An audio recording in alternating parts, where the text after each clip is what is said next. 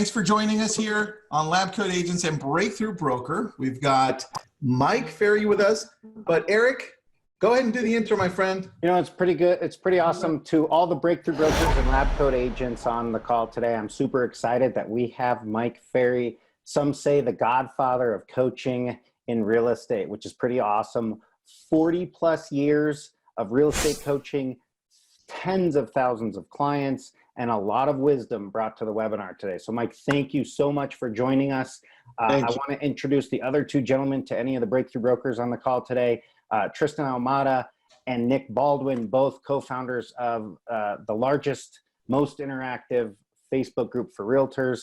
So join that for real estate professionals if you haven't. So thanks everybody.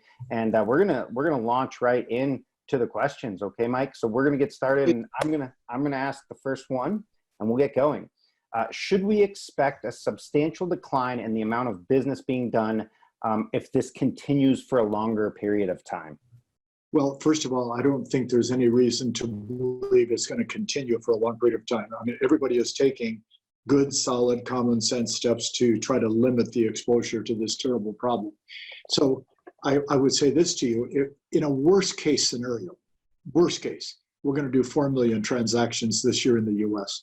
Usually this year would have been about 4.6, 4.7 million. We're going to probably, if we come in at million, that's 8 million commission checks that are going to be distributed to great agents that are part of your groups. So watch, if you're not prepared mentally, if you're not prepared physically, if you don't have good skills, you're in trouble, because, we're finishing off a 7 or 8 year climb in the United States and most of North America.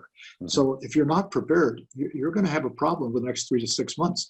But for all of the agents that are strong in skills, strong in mindset, have reasonable work habits, guess what? Now, I will say this to you, and this is not meant to be negative. What scares me is the agents that started after 2012, because they've never been through one of these kind of things before. Right. So they're going to be a little bit more nervous, and they're going to have to pay attention better. But 4 million transactions is a minimum. 8 million commission checks are going to be distributed. My question for each of your great partners in your business: how many of those checks do they want to have for themselves? And if they're willing to work, most of America is very stable in the real estate industry today. There's a couple of states that are hit pretty hard: New York, New Jersey, the state of Louisiana, the state of Michigan. But otherwise, it's pretty stable for those that are willing to work. So you and I just keep advocating working. I love it. And so when you say willing to work, I heard a couple times skill set. And I'm assuming you feel that the conversation post-COVID might be a little more difficult. The realtors might need more of a skilled conversation. Is that what I'm hearing? Is that what you mean by work hard, improve your skill set? Well, I would say to you that, and thank you for the way you stated that. I think that's very professional. I think today, an agent that does not display empathy for the people they're talking to, right, that isn't a little more kind versus the hardcore go for the listing contract being signed. An agent that is a little bit more understanding the fact that people are nervous, afraid, panicking, upset. I mean, most agents aren't even working today. The biggest advantage I think that all of your agents have is that 90% of the agents have stopped. They're hiding under the covers. They're not even getting out of bed. They're hiding in their closet. So as the number of transactions declines a little bit, number of agents is declining rapidly. Right. So the per person productivity for those that are prepared is better than ever in terms of opportunity. But we have to be much pathetic. We have to be more understanding. We have to be a lot kinder. And for those that know Mike Ferry, I'm not possessed. Those are words that I'm not the use, because that is not my style from any perspective under normal circumstance. So hopefully they will understand that this is a good for them. Okay. Yeah, good. We like to tell our users and our community that the actions they take today is going to be the success that they see down 3 months down the road. So thank you for that. Nick, why don't you go with question? Well, yeah, before I ask my question, I just want to make a comment about what Mike said. I absolutely love what you just said, Mike, because it is true that we do need to have more empathy, with what's going on. I mean, I'm in Michigan now. I live there, and I'm from New Jersey. So I live and I'm from two states that are hit the most hardest, right? And so real estate's non-essential here, and agents are getting frustrated and angry. And so in that sense, they're like, I just can't work. Yes, you can still work.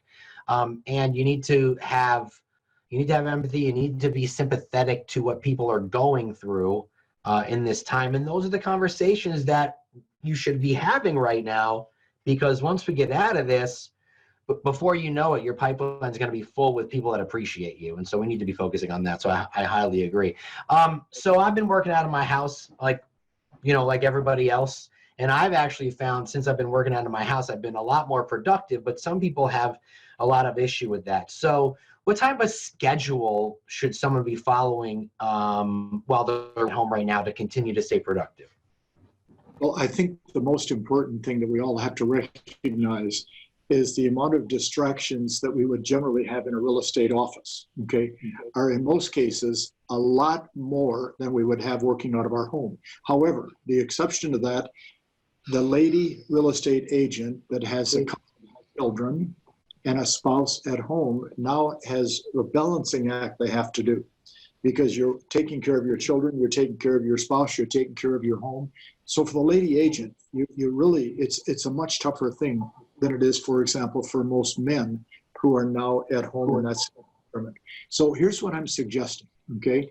I'm suggesting that man or woman, real estate agent, 8:30, 9 o'clock in the morning, have a little family meeting for 5 minutes, and all they want to say is this: I need 1 hour and 15 minutes to do my job to help support this wonderful family that is in front of me right now.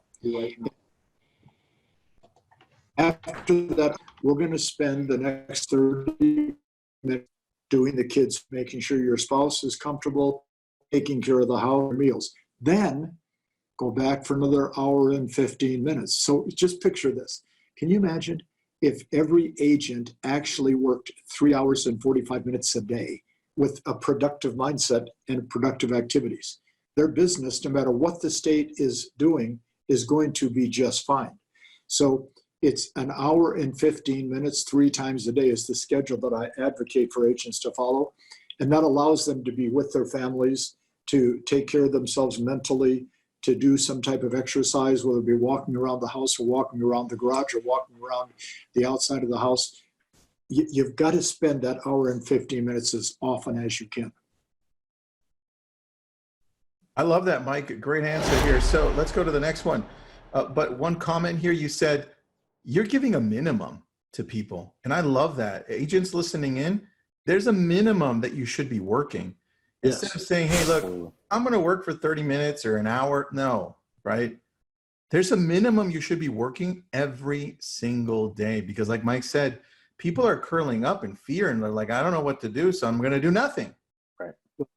I would say to all of these great agents that are with us today, any listing they have, they believe their agent is working to get that listing sold. So the kidding, I always say, can you imagine if the sellers hired a private detective to watch the agent and what they were doing? Okay. Nick, can you imagine that? If we hired private detectives to spy on us? It would be a scary day in the real estate industry. That's for sure. They wouldn't discover anything of much importance. But Mike, yeah, I just want to say one thing. So yeah, working at home, I got a 7-year-old and a 4-year-old, and Tristan has small children too, and Eric's kids as well. I think they're a little bit older, right? I can't remember how old your kids are. But I'm down in the basement, and I carve out time during my day where I go upstairs and hang out with them for like 15, 20, 30 minutes at a time. Sometimes they come down to my office and grab my iPad and they want to work with me, and that's cool. Like, it's the new norm right now, right?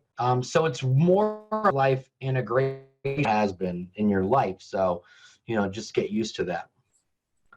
Yeah, I agree. All right, so getting to the next question here, Mike, do you anticipate prices will drop as this crisis continues and gets resolved? Well, I think most important, it is not 2007, 8, 9, and 10. That is a total different world that we experience then. The advantage we have today, and this is the most important thing, the lack of inventory is what stabilizes prices. And we have a lack of inventory in most of the nation today. Miami Beach is a little different. There's a lot of high-rise that are sitting vacant, but that's the exception to the rule. So for most of the country, it's basic economics. I've never shared audience. I'll share it with you guys today. I was a poor student in high school. I mean, if I got a D, I thought it stood for my middle name, which was David. So I was always excited to get a D. Okay. My junior year in high school, I took an economics class, and I just happened to love it. And I got an A in one class out of 4 years of high school. And here's what I learned: supply and demand. When the supply is limited, the prices are very stable.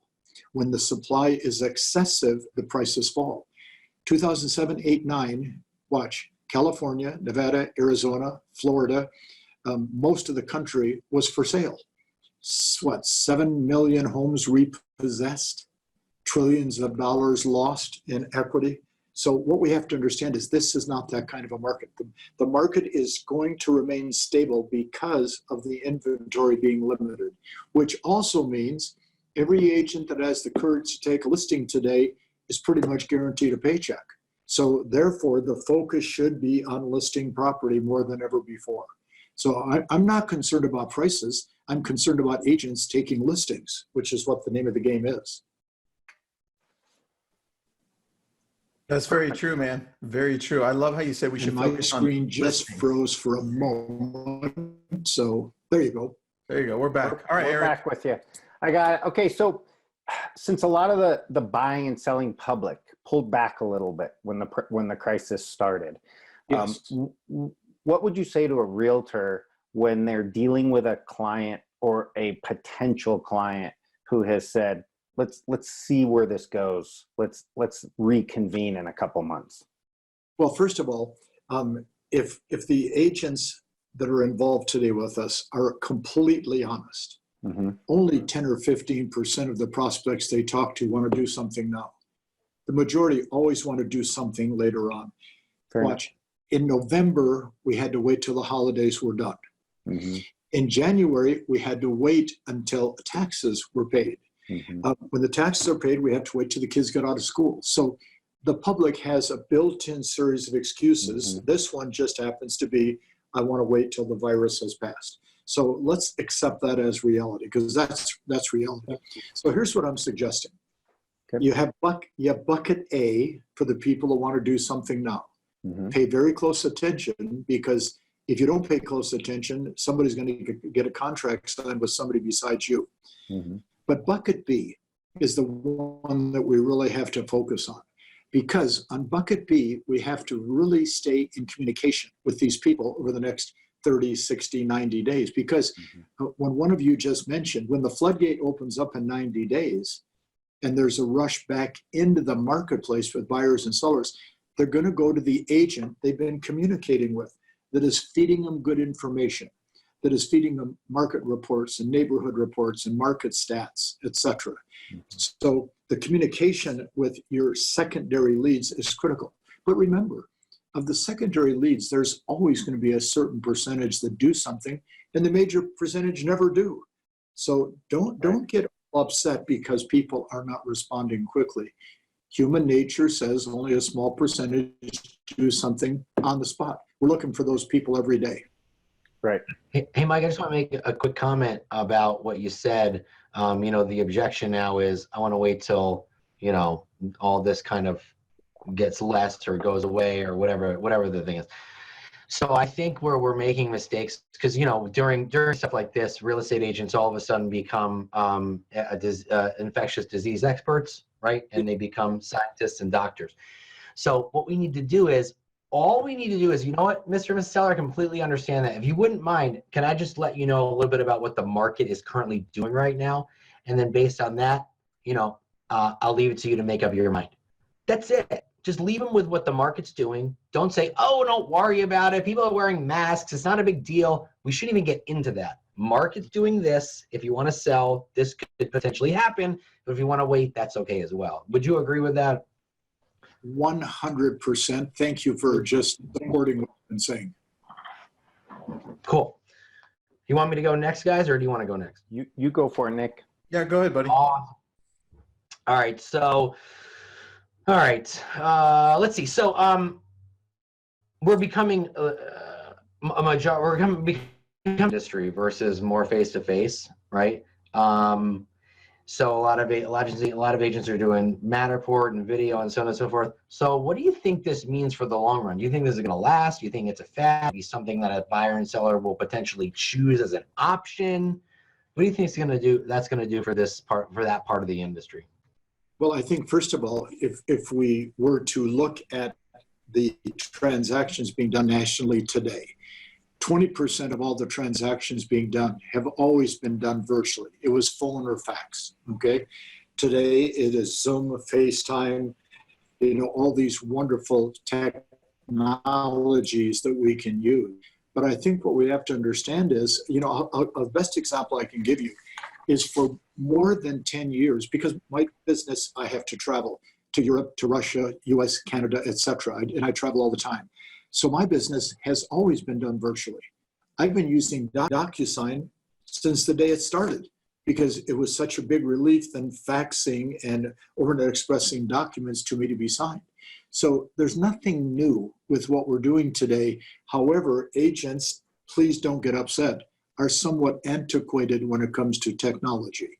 Not the good ones, but the consensus of real estate is we're a little behind when it comes to technology. So what I believe is this: 50% of all the transactions in the future will be done like we're doing today through virtual type presentations. We're going to see 50% because sellers and buyers want to speed up the process.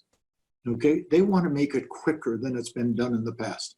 I was speaking at a convention in Orlando about 5 years ago. Richard Smith, the chairman of Realogy, was the other speaker. And I'll never forget the comment he made. He said, our business of real estate is a little slow and old-fashioned.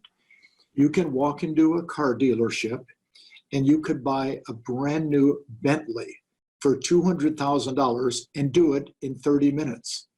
But if you walk into a real estate office to buy a $200,000 home, it takes 3 months. He said that doesn't make sense. We're not efficient. This technology we're using today, Nick, offers efficiency to buyers and sellers. Because see, here's the question. Do sellers really want to spend 45 minutes listening to an agent, blah, blah, blah, blah, blah? And do agents really want to sit there and have to pet the dog, pet the cat, and play with the kids? So this levels and changes the playing field for the good agents at a level we've never seen before.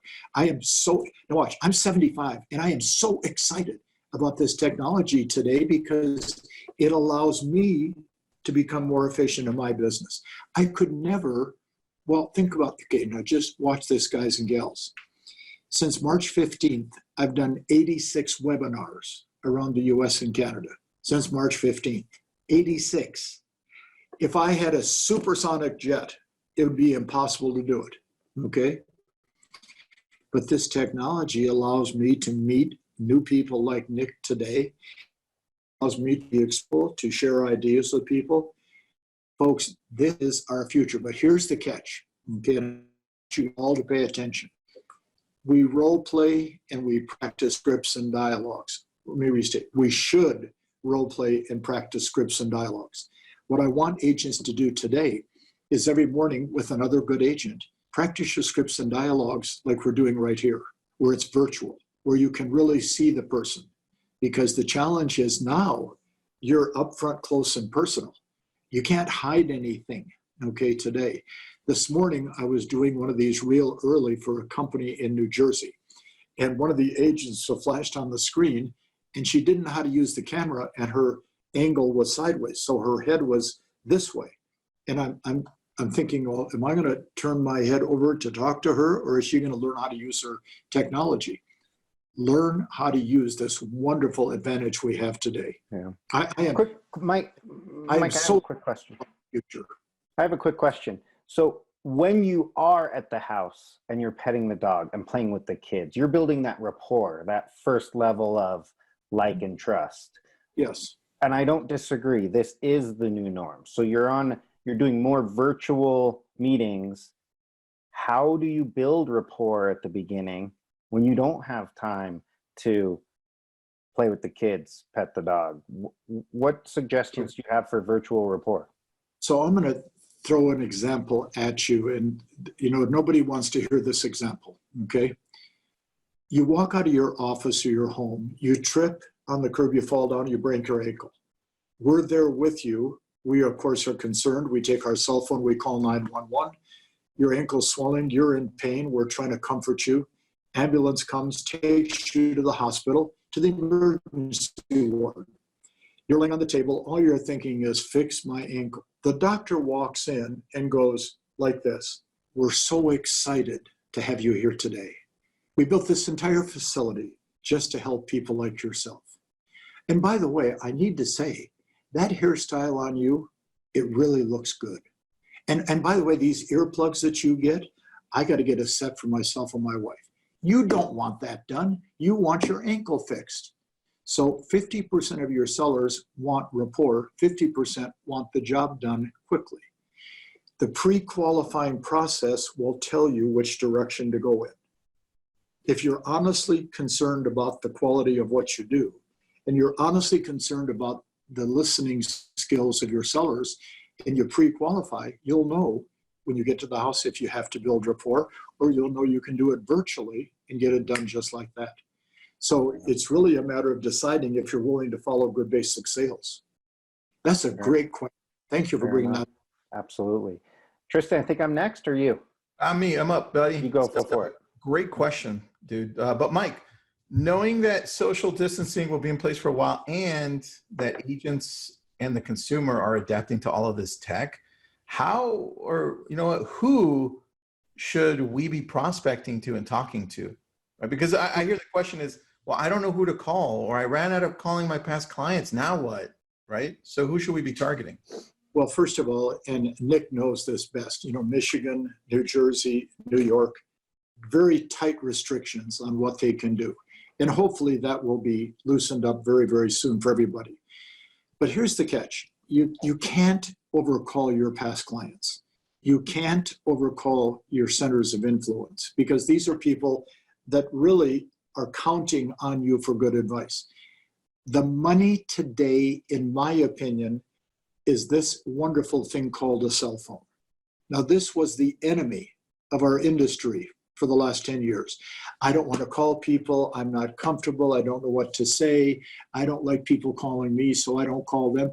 For God's sakes, you call anybody today. I can go like this with my eyes closed, dial a number, and somebody's going to, because everybody answers their phone today because they're sitting in their homes by themselves. So here's what we got to get clear on. Get on the phone, period. But here's the real ones to call.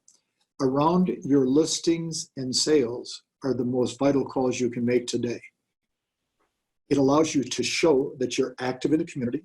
It allows you to show that you have an understanding of what's going on in the community. And now think about this, Tristan. If you weren't a professional realtor, let's say you were just a homeowner.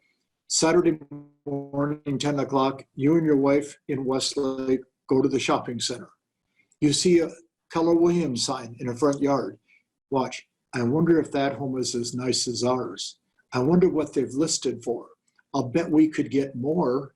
I wonder where they're moving to. Those conversations don't exist today because everybody's homeward bound. So the just listed, here's the complaint I'm getting from all the top agents in the nation. I get people on the phone, I can't get them off. That's the complaint. Everybody wants to talk. So the agents now are making less actual contacts because the people they're calling are all talking because they need somebody to talk to. There's one major exception to that, Mike, and that's teenagers. I can't get my kids to talk on them. They'll text me and I'll call them back and they won't answer. And I'm like, the phone's in your hand. You just texted me, answer it. So, I'm very lucky. I have 5 incredible kids, and most of you know my sons, Matt, Tom, and they're incredible. So up until this took place, we were having family dinners every couple months, and there's like 24 of us. Matt would sit at one end of the table, my son Tom at the other, and they would text each other. Sitting at the, I'd say, Matt, that's your brother Tom. Tom, that's your brother Matt. We always joked about it. But so you're telling me it's not going away for a while? no, it's not going to go away. But I will tell you, adults want somebody to talk to, and they want to. Mike, you should have your own TV show, Mike. The Ferries. It would be like super popular. You'd be like the head man, and then you'd have Tom and Matthew. I'd watch it. Well, Nick, you're up, buddy. Hey, I just want to address one of the comments in the chat here. Someone from New York. New York's got really strict restrictions. They can't make cold calls, right? So, don't take Mike says so literally, right? Like, if you can't make cold calls, then make care calls. Call your database. Make calls that you can make, or lead generate by running ads on Facebook and then call the incoming leads. But don't do what you can't do and stop focusing on that. Start focusing on caring about people. Like, I know agents here in Michigan and in Canada too, like, they're saying that they can only call like 10 or 15 people a day because the conversations are so long. You know what I mean? Like, how many out there want to have a conversation with a grown-up instead of a 4-year-old? So when you're saying make the calls, obviously, and abide by the laws of your state. Well, remember, Nick, rule number 1 for any realtor is always follow the law, period. So anything from there is an adjustment. Next you're up, question. buddy. Oh, I'm up. Cool. So, we like to set our goals in the beginning of every year, right? Like, everyone's like, 2020, I'm going to crush it. So what should we do now? Should we lower our expectations? So should we lower our goals? How should we approach that now with the way things are going? What would you suggest? Well, first of all, we should be having an annual business, January to January, the end of the first quarter. January, February were pretty strong. March became weak because of the virus. We do an evaluation for the first quarter. I'm suggesting for May, June, and July, a 1-month business plan each month, okay? To then focus on the 30-day period that you have control of. But I think the real answer, Nick, is this. Never lower your expectations. Raise your standards for what you are expecting from yourself. Because the standards are what the quality of a person is really made out of. So when we can help an agent raise their standards, not only does it raise their skill, raise their confidence, it raises productivity. So with the number of agents that are not working on the decline, because most are not working, those that raise their standards, their chances improve. So the per person productivity of the good people should get better. Don't lower your expectations. Don't do that to yourself. You're not being fair to who you are. But if you raise your standards for the 3 hours asking you to work, for using some speaker scripts that will help you get through in strong conversations, knowing how to handle the objections you're receiving, that's what it's all about, okay? Awesome. I got a question for you, Mike. There's a lot of doom and gloom out there. There's a lot of negative media. There's negative neighbors. There's negativity everywhere. The question I'm looking for is that with the world economy the way it is, how does it compare to what you've seen in the past? You've been in it for 40 years. How does this compare to what you've seen in the past? And if you can piggyback that, we have a few questions with people asking, like, how do I articulate the economy right now? What's some good? So go. Yeah, I can answer both. The first one, it'll take a minute. The second one I can do quickly. Okay. But the first part of that, how old are you now? Me? 46. Wow, you look young. Good for you. Thank you. So if you can picture, I started in real estate when I was 18. Okay. So I'm 75, so that's 56 years. In 1972, in December, I had 3 transactions close. In Huntington Beach, California, the interest rate to all 3 buyers was 18.5%. Right. Those were FHA. In 73, we were closing deals at 20 and 21%. We made it through that time. Okay. 1987, Black Monday, stock market crashed, worst crash in the history of our country. We thought the world ended. We made it through that. The, in my opinion, worst moment in American history had to have been 9/11. The terror that was stricken in all of our hearts for the souls that had to suffer through that in New York, New Jersey, Connecticut. We made it through that. 2007 to 2012, the worst real estate world recession in history. We made it through that. Folks, the single greatest strength of the American public is resiliency. We come back fighting. We come back strong. We're going to make it through this. It may take 30, 60, 90, it may take 6 months, for God's sakes, but we're going to get through this, period. So we've seen worse. Now we're light because we're all learning to adjust to this. But the second thing that you said was critical. If the marketplace you're in is, for example, less listings being taken, instead of calling and saying, oh, by the way, we're only taking 300 listings at a time where we used to take 600. Why not call and say, we're so excited to announce that 300 sellers have decided in the market to list their home for sale. Would you have an interest in selling yours? Right. Take the stat and make it positive. And take the lemons and make lemonade, for goodness. And for those of you listening too, you can get most local board of realtors you'll be able to find your stats, right? Tristan, Nick, would you agree? Yeah, definitely. Yeah, you can find it on every stat that's local. I wanted to ask Mike if he's going to start selling the Mike Ferry lemonade, because I'd buy it. Thank you, Tristan. That's very kind. I'd buy it. Good answer. I'm just trying to figure out how to make sure an agent keeps their head on straight. That's the most important thing. Yeah, look, I'm going to ask you another question here, and this is on all of our minds. But before we do, guys, this is being recorded. I know we've got 2,000 people watching.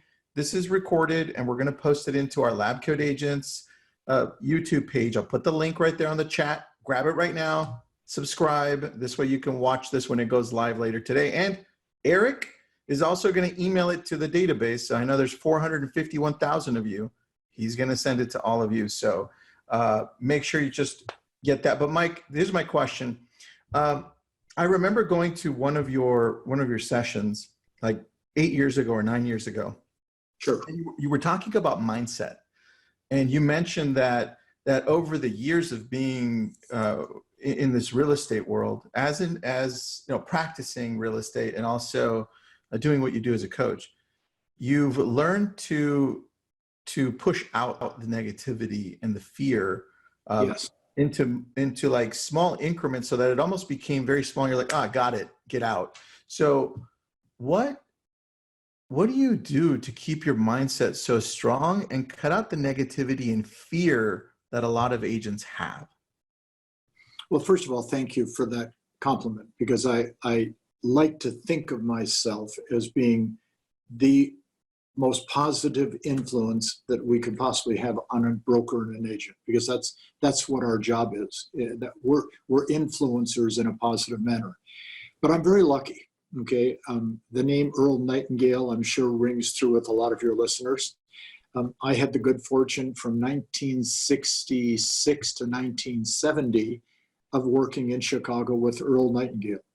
And he beat into my head the importance of being positive. My 2 other mentors were Mike Vance and Gunther Klaus. Gunther Klaus was the co-writer of Management by Objectives with Peter Drucker. Mike Vance was by Walt Disney's side in the development and creation of Disney World in Florida. He was the founder of Disney University. These are the 3 guys that shaped my mind, good, bad, right, or wrong. And they all said the same thing. You can be like the rest and be negative, or you can be unusual and be positive, and it's your choice. So what I've done is for example, never watched the news, never listened to the news. I don't read the newspaper. I haven't read the newspaper in 40 years. Even the sports section, and I love sports, there's nothing positive. You know, if Tiger Woods misses a putt, they tell you he missed a putt instead of the fact that he won the tournament. Okay.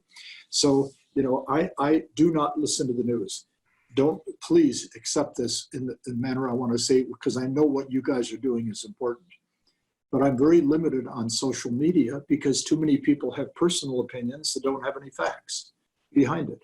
So I'm somewhat, watch. Would I watch what you post? Of course I would, because I know that you're doing something to help the real estate industry. So it's a matter of what you choose to put in. So I'm going to recommend to you guys have a great community. Twice a day, take 15 minutes and do a mindset break.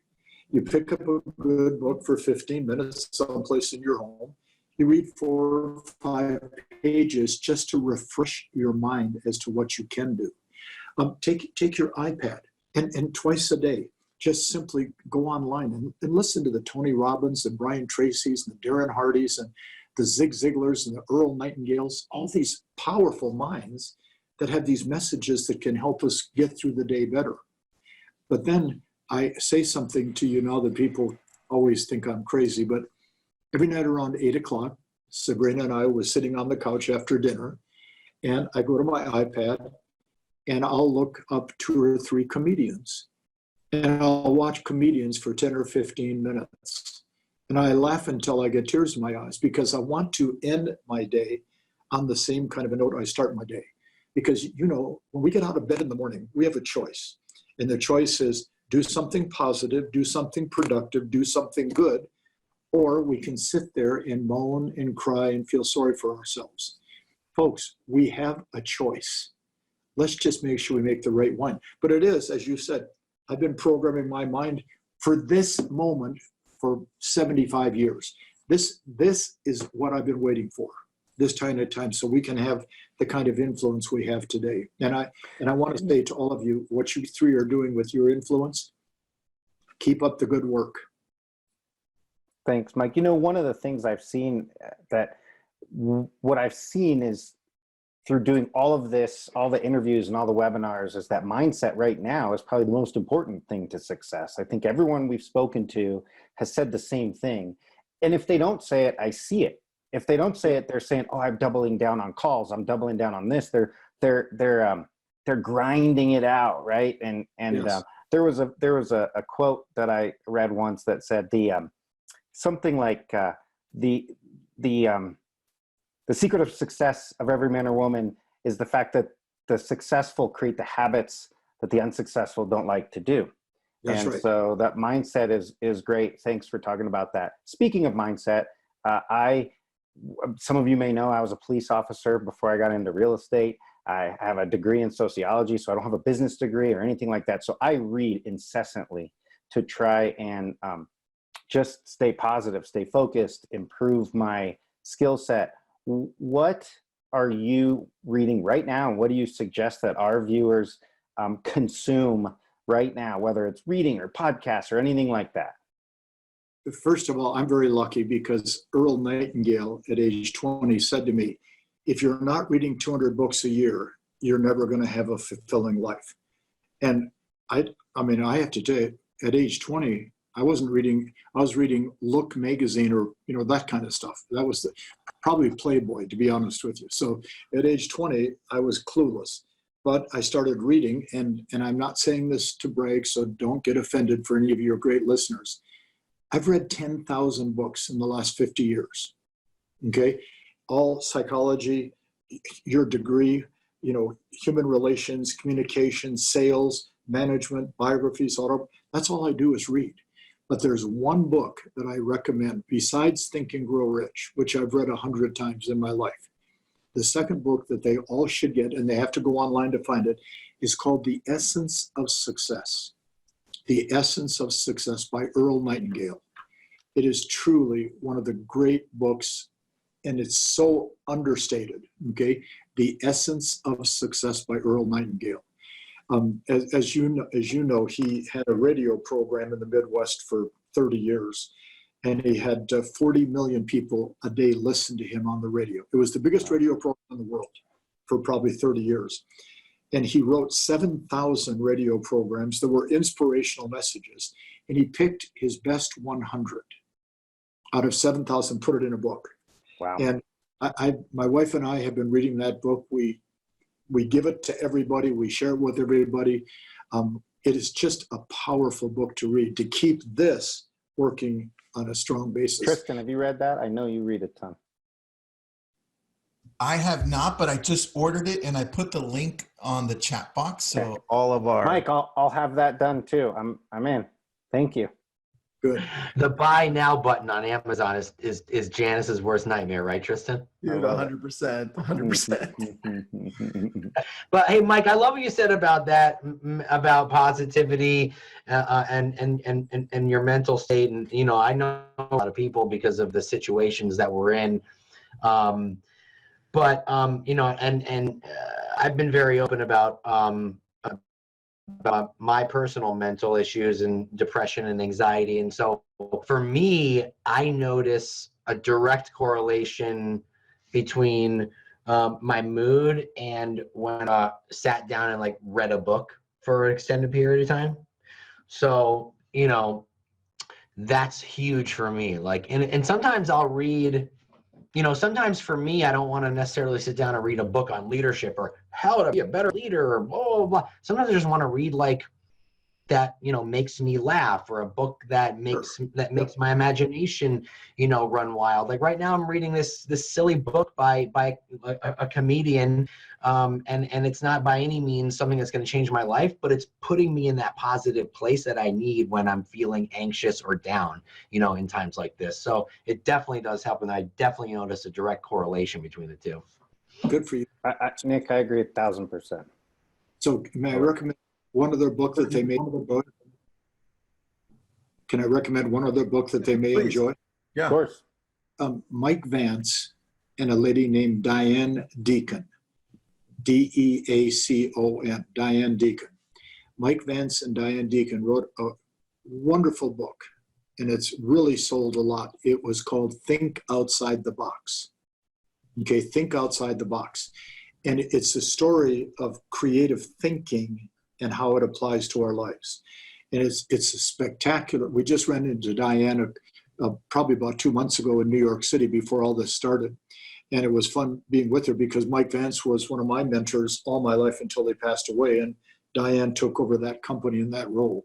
But it's a book called Think Outside the Box, Mike Vance and Diane Deacon. It's a winner 100%. Okay, so I would certainly recommend that. Thank you. So good to kick out, Tristan. My phone is ringing, and because my assistant is calling to tell me to get off this call because I have another one in a couple minutes with a group in Northern California. All right, well then, you know what? We'll wrap it up, Mike. If anybody wants to find you online, where do they go to sign up for coaching or just learn more about you? My email address is non-egotistical. Everybody thinks it's egotistical. It's mike.ferry@mikeferry.com. Mike.Ferry at mikeferry.com. I tell people it is not because of ego, it's because of my age. I can remember that. Okay. Yeah. I mean, if it was mike.ferry@bestcoacheverinttheworld. That's a good But- one. That's a good one. It'd still be warranted, Mike, but verging on something else. No, I'm just kidding. Mike, we thank you for your humble expertise. It was great to have you on our show, and I want to thank Tristan and Nick for getting you on here. So thank you guys, and there's more to come. I'm sure we'll have you on again. So thank you so much. I'll look. Here's a high five. Thanks, Mike. Appreciate it. High five. Bye, everybody. See you soon. Thank you, guys. Bye-bye. Bye.